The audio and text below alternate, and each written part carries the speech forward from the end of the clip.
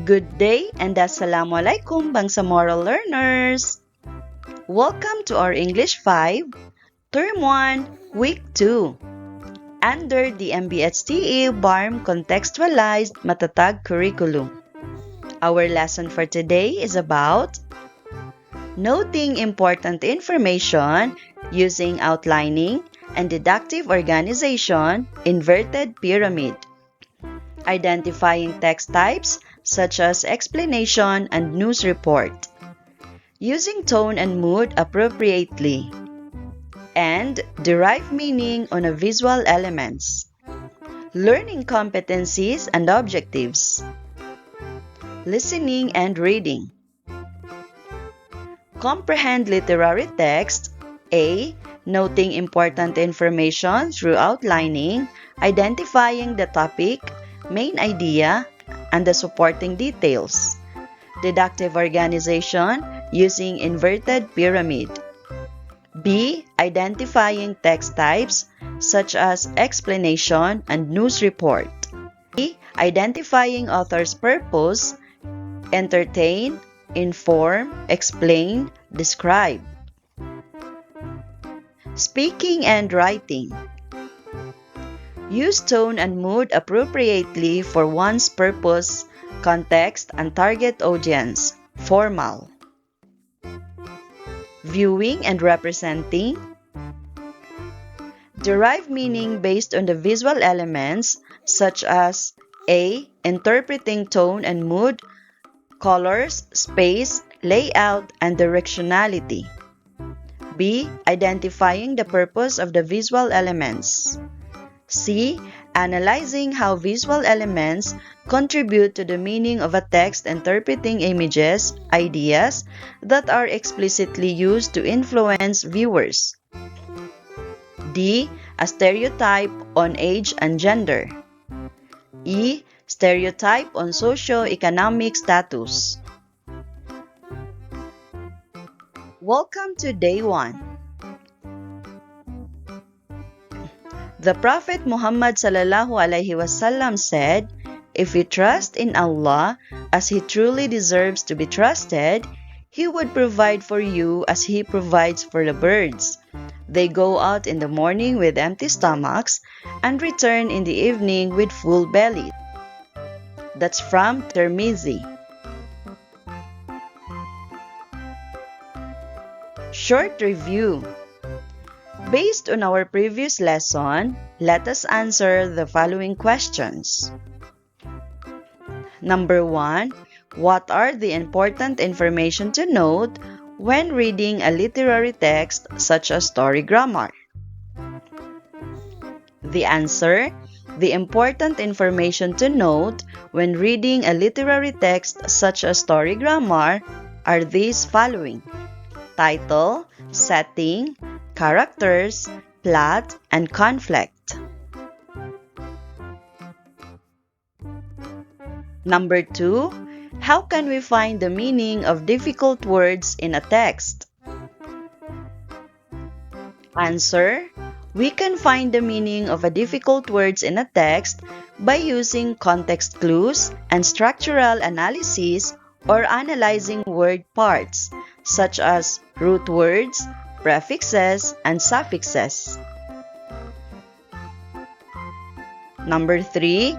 What are the important elements in layouting? The answer. The important elements in layouting are margin, grid lines, header, and slide bar. Unlocking content vocabulary. Outlining. It is the process of organizing ideas and information in a logical order using main ideas and supporting details. Deductive organization. It is a way of organizing information where the main idea is presented first, followed by the supporting details and examples. Lesson purpose. One of the purposes of reading is noting important information.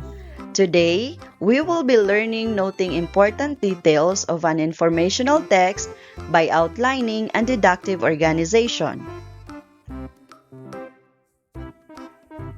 Noting important information refers to identifying key points and recognizing important facts or information from a text.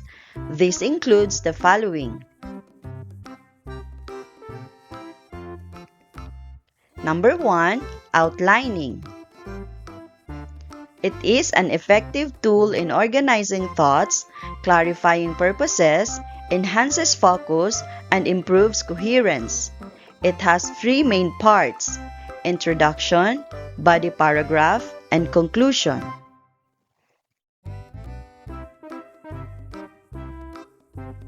Parts of an outline. A. Introduction refers to the brief overview of the topic. It includes the thesis statement. B. Body paragraphs refer to the explanations of the topic and presentation of the topic sentence with supporting ideas or evidences. C. Conclusion refers to the part of the text that presents the final ideas or summary. Second is inverted pyramid. It is a writing structure where the most important information is presented at the beginning, followed by less important details. It has 3 main parts: lead, body, and tail. This is an example of an inverted pyramid. It has 3 main parts. The lead. Lead presents the most important information. It provides the most critical information. Body presents the supporting details. It offers additional explanation by providing evidences or examples. And for the tail, it presents the least important information. It may include supplementary details. Work example: recycling. Recycling is an essential practice that helps conserve natural resources and reduce waste. By recycling paper, plastic, glass, and metal, we can reduce the need for raw materials and minimize the environmental impact of extracting, processing, and transporting these materials. Let us make an outline from the passage that we read. The title is Recycling. Introduction. Recycling is an essential practice. It helps conserve natural resources and reduce waste. Body paragraph. Recycling paper, plastic, glass, and metal reduces the need for raw materials. It minimizes the environmental impact of extracting materials, processing materials, and transporting materials. For the conclusion, recycling benefits the environment. It is an effective way to conserve resources and reduce waste.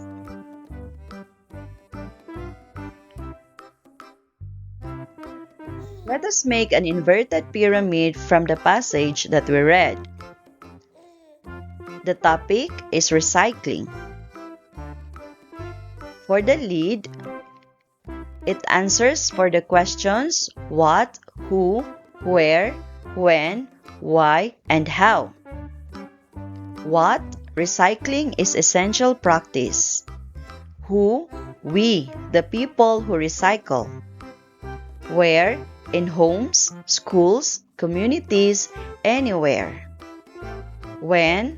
Whenever paper, plastic, glass, and metal are used. Why?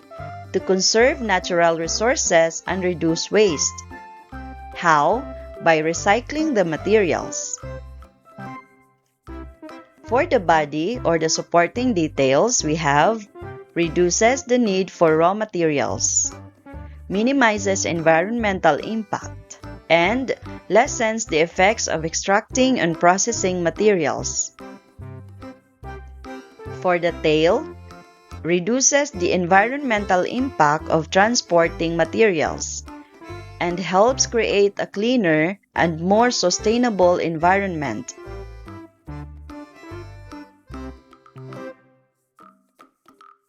Guided questions. Number 1. What are the three main parts of an outline? The answer: introduction, body paragraph, and conclusion. Number 2. What are the three main parts of an inverted pyramid? The answer: lead, body, and tail. Number 3. What is the difference between outlining and deductive organization as methods of noting important information? The answer: outlining groups information into main ideas and supporting details, while deductive organization, inverted pyramid, arranges information from the most important details to the least important detail. Lesson activity. Direction. Let us have 4 groups. Select your group leader. Each group will be given a selection. Discuss it with your group and answer the following questions. Use outline or inverted pyramid to organize data. Present your output to the class. Number 1. What is the important information you find in your assigned selection? Number 2. What is the focus or the main idea of the selection? And number 3. What are the supporting details that support the topic?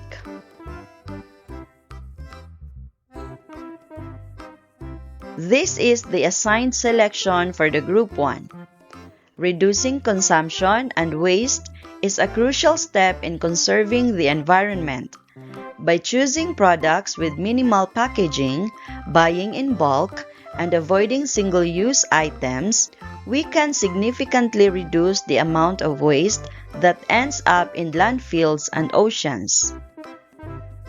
Use outline to note the important details of your selection.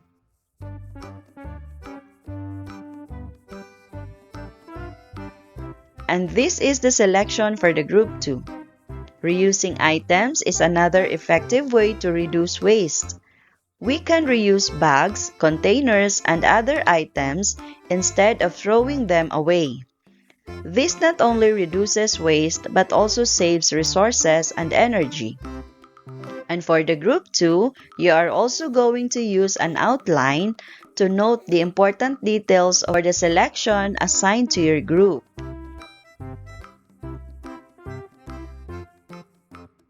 Selection for the Group 3. Recovering resources from waste is another important aspect of environmental conservation.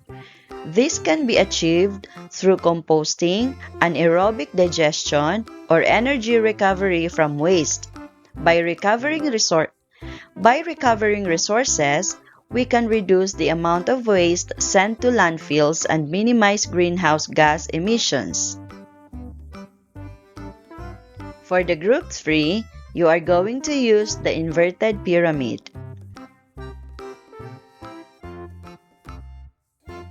Selection for the Group 4. Rethinking our consumption habits and lifestyle choices is crucial for environmental conservation. By adopting a more minimalist approach, choosing sustainable products, and supporting eco-friendly policies, we can make a significant impact on the environment. For the Group 4, you are going to use the deductive organization by using the ladderized organization of details. Welcome to Day 2 to 3.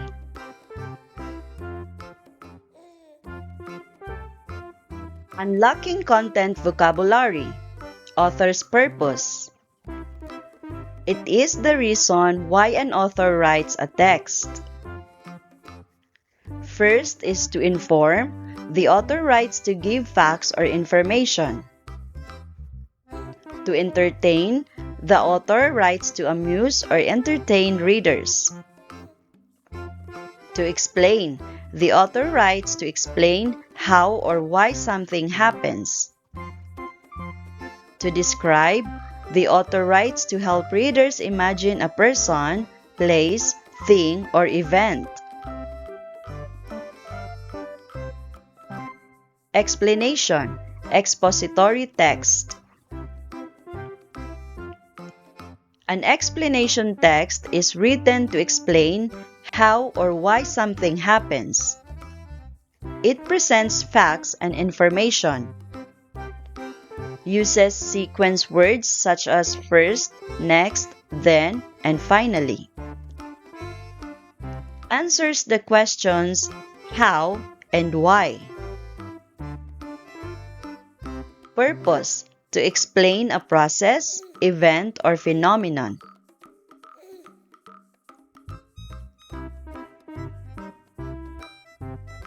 News text, expository text.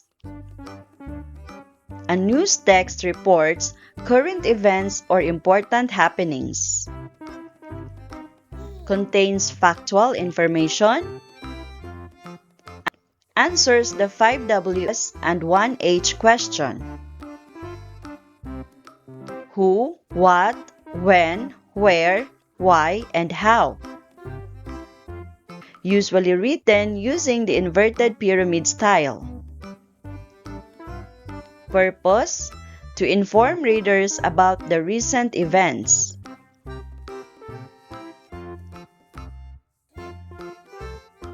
Tone.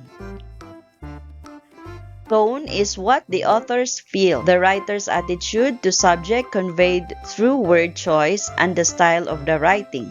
Examples of tone: serious, happy, sad, humorous, angry, excited. Mood. Mood is the feeling that the reader experiences while reading the text. Example of mood: joyful, happy, sad, peaceful, scary, and mysterious. Facial expressions. Facial expression is a good indicator of emotions: happiness, surprise, sadness, fear, anger, disgust, interest, and many more. Basic emotions are expressed in the essentially same non-verbal way.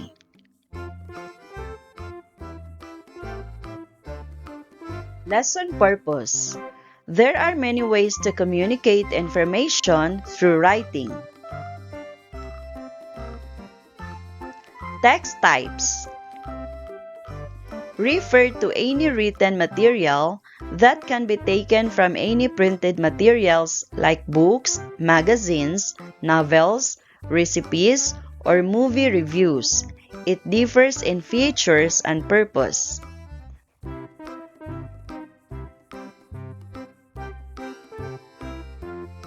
Let's learn one by one the text types. Number 1. Narrative text refers to print materials that tells a story or recounts an event, often with a beginning, middle, and end. Examples of a narrative text are short stories, fairy tales such as Snow White, Cinderella, and etc., myths, legends, and epics.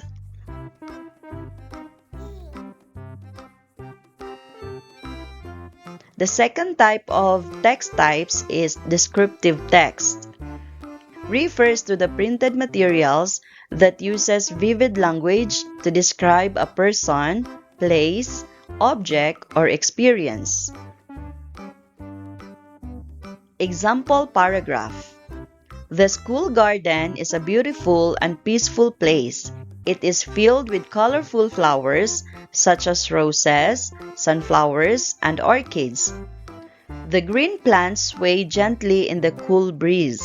Butterflies and bees fly around the flowers, making the garden lively and attractive.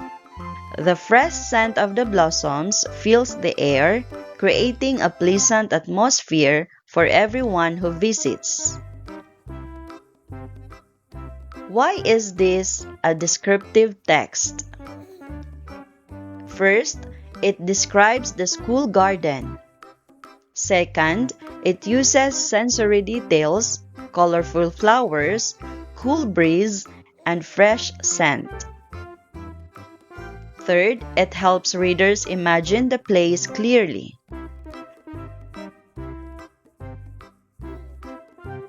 The third type of text is persuasive text. Refers to any printed materials that aim to convince the reader of a particular point of view or opinion. Common examples of persuasive text are: first, advertisements, campaign speeches, opinion essays, editorials, posters and slogans, letters of request, and environmental advocacy message. Example of advertisement: buy our new eco-friendly water bottle. It is durable, reusable, and helps reduce plastic waste. Purpose: to persuade people to buy a product.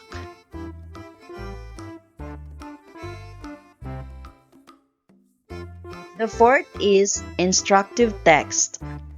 Refers to text that provides step-by-step guidance or instructions on how to accomplish something. Common examples of instructive text: recipes, manuals, directions, science procedures, gardening guides, safety instructions. Example paragraph: how to plant a seed. First, prepare a small pot and fill it with soil. Next, make a small hole in the soil and place the seed inside. Then, cover the seed lightly with soil and water it gently. After that, place the pot in an area where it can receive sunlight. Finally, water the plant regularly and watch it grow. Why is this an instructive text? First, it gives step-by-step instructions. Second, it tells the reader how to do something. Third, it uses sequence words such as first, next, then, after that, and finally.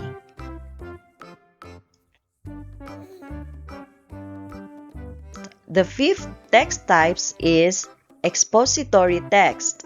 Refers to any printed materials that provide information or explains a topic, often in a formal or objective tone. Common examples of expository text: first, news article, textbooks, encyclopedia entries, science reports, informational articles, and research reports. Here is an example of a news articles. Let us read the news article. The title is Students Participate in Earthquake Drill. Piagapo, Lanao del Sur, June 19, 2026, students and teachers of Piagapo Central Elementary School participated in the National Simultaneous Earthquake Drill on Friday. The activity was conducted to prepare learners and school personnel for possible earthquakes and other emergencies. During the drill, students participated in the duck, cover, and hold procedure. The learners to designated evacuation areas to ensure their safety. According to school officials, the drill helped improve the students' awareness of disaster preparedness. Parents and community members also supported the activity. The school plans to continue conducting emergency drills to help ensure the safety and readiness of everyone in the school community.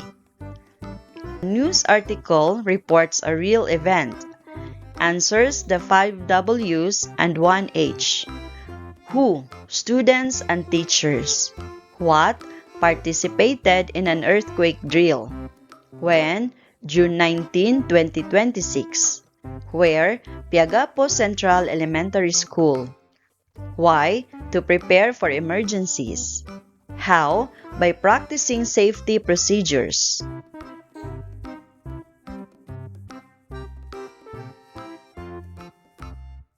Guided questions.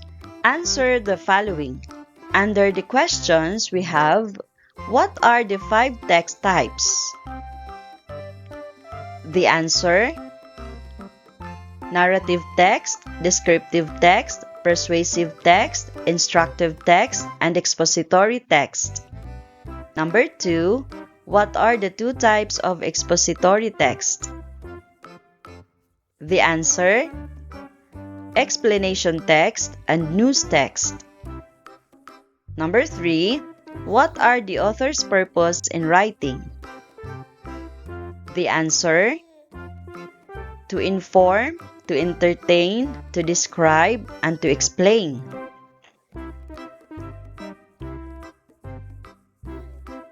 Lesson activity. Activity A, direction. Let us divide the class into 4 groups. Select your group leader. Based on the selection assigned to your group, identify its classification and purpose. Copy and complete the template below. This is the selection for the group 1. And this is the selection for group 2.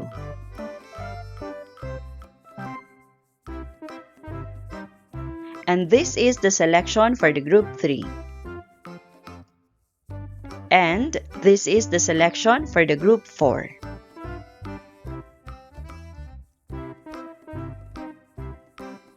Activity B, direction. The same group and assigned selection, identify the feelings it may depict and underline the words that lead to the feelings you identify. Write your answer on the following template below. Welcome to day 4. What can you say about the pictures?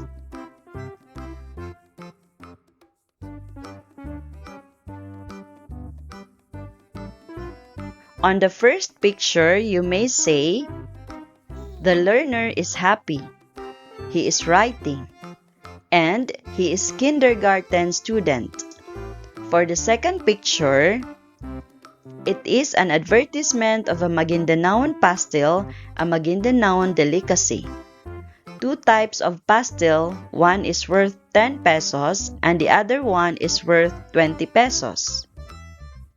For the third picture, you may say, the mother is taking care of her daughter, or the daughter is happy.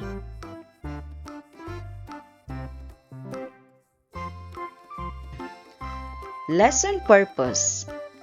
There are texts that uses visuals to elaborate the message of the author. It presents and elaborates better the thought or ideas.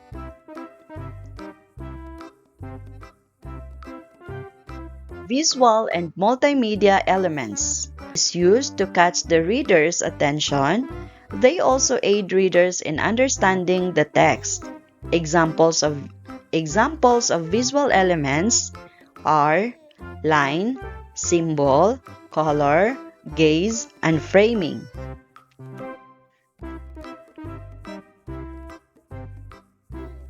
Here are the different kinds of visual and multimedia elements that we are going to learn today. First is the line. It is the foundation of all drawings.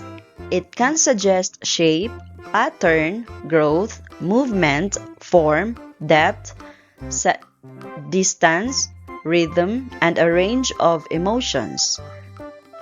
Vertical lines suggest height and strength. Horizontal lines suggest calmness and distance. Jogged lines suggest excitement, unease, and distraction. Curved lines suggest comfort and ease.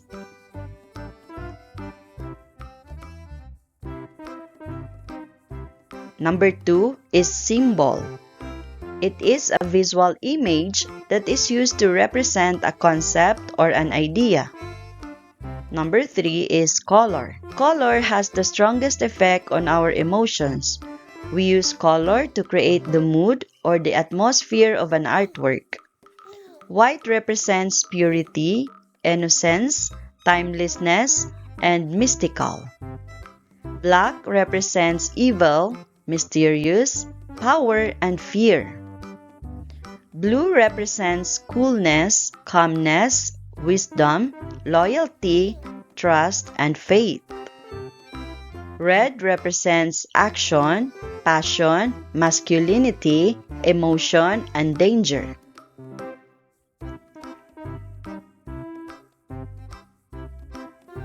Fourth is gaze. Refers to where the figure in the picture is looking. It implies looking at someone or something based on one's beliefs and judgment. Fifth is framing.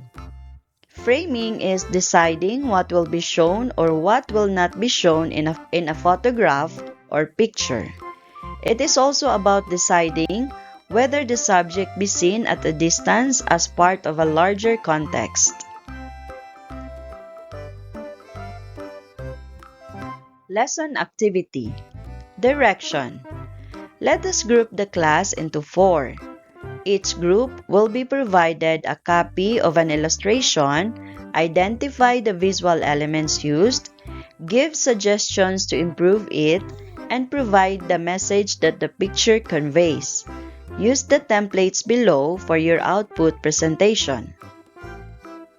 Inside the templates are tone, mood, message, the purpose, suggestions to improve the illustration. Welcome to Day 5. Evaluation. Evaluation A. Directions.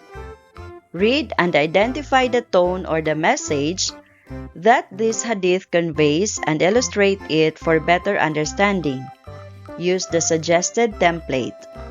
Here is the hadith. The Prophet Muhammad sallallahu alaihi wasallam said, "If you trust in Allah as He truly deserves to be trusted, He would provide for you as He provides for the birds. They go out in the morning with empty stomachs and return in the evening with full bellies." That's from Tirmidhi. Here is the template that you are going to use. Give the tone and draw your illustration in the provided box. Evaluation B. Directions. Provide a copy of the story Basilan and instruct the learners to outline it. They may organize the information given through outlining or inverted pyramid. This is the story entitled Basilan, a story of Taiba Sawalun. From this story, you are going to make an outline or inverted pyramid to organize the important information in the story you are going to read.